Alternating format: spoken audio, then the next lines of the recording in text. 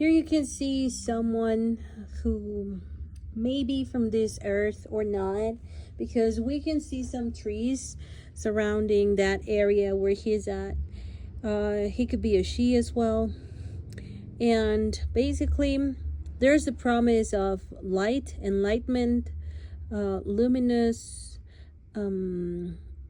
sight, because of the yellow background and because of the candle that he's or she's handling with the right hand, pointing towards the contiguous environment, like something that he has right here and whatever comes from the outside. Then we also have this birdhouse. So there's the possibility that he could also hold a message, and whatever he has as a way to contact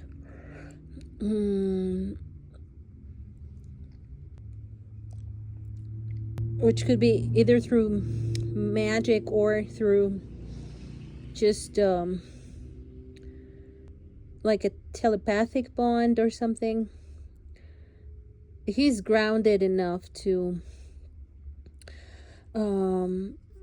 point out the plants and flowers and everything that could be abundantly surrounding him. He has two different supports. One of them is sustaining almost the scenario, and the other one is holding the message or sustaining somehow the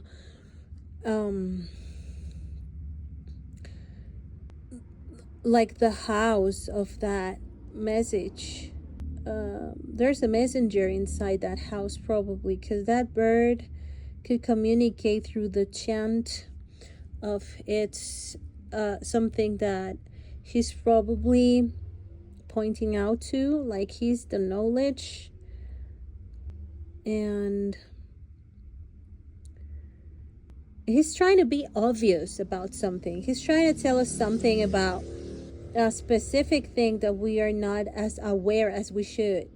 But he's pointing out to abundance. So basically it's like this enlightenment has to do with the purpose of growing in such a way that you have a stable position in life, where you not only have all the elements of the earth, which are the cups, the pentacles, the swords, or the wands, but you also have a lot of information given by the earth and what's growing out of it. And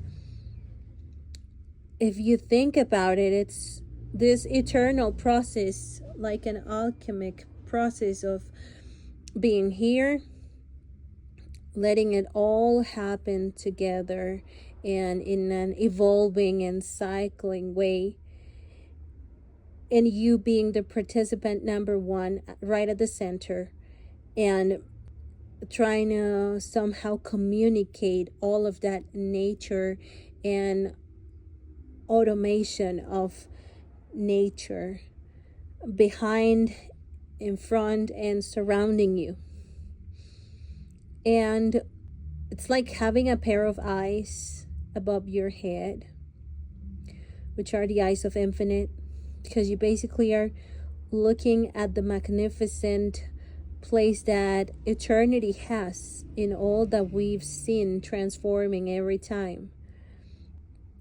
And the fact that he's looking at us as in front of this scenario that he has, he's not pointing with his eyes to plants, flowers, anything as such. He's looking at you. He's trying to be obvious with you so that you can get the message. And that's the message. The overflowing river of mortality to some extent, transformation to some extent, but mainly the alchemy behind evolution and the basis of it. Something that Even when it's already gone, it'll bring more flowers, it'll bring more life, it'll bring more magnificency. And right now, it's a time, because he's looking at the present, he's looking at you right now. Right now, he is in that stage of this evolutionary cycle where everything is working out. So, I don't know if you're about to get there, but since it's present when I'm reading, you're probably already there. And you just have to be reminded that everything is cyclic. You cannot just remain that way.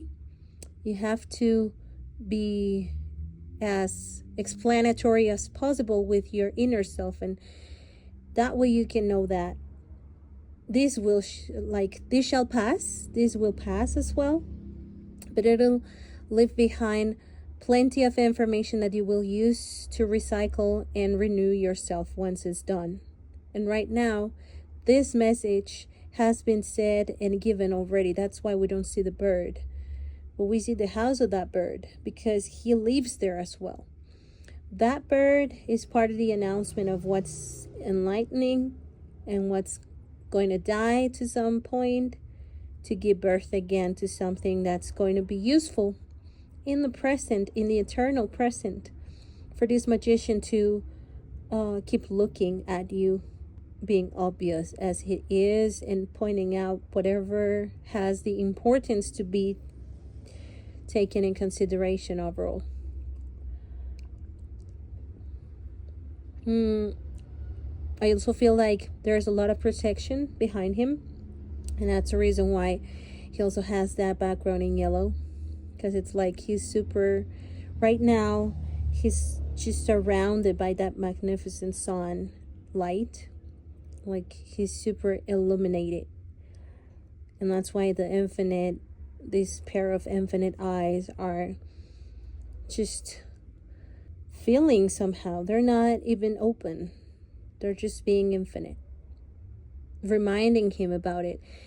From time to time, he could also be closing his eyes, not always looking at you, but when he is in that energy, he's also following whatever the sun eyes, like the eternal eyes, are leading to. So this is a reminder of a pretty successful, abundant, and magnificent time, where you just have to be always attentive to when the energy will shift, to use this as a tool, as something that can make you like reborn with a more confident sensation of enlightenment every time. Like, you know, this is cyclic. You know, this is going to happen again and again, differently every time, because you may feel different. But in an eternal present, it's just part of what's going to happen. You're going to be successful and fruitful for a moment, and then you're probably going to, go back to the earth, go back to the ground, and you will eventually bloom again, because it's just part of the process. Yeah.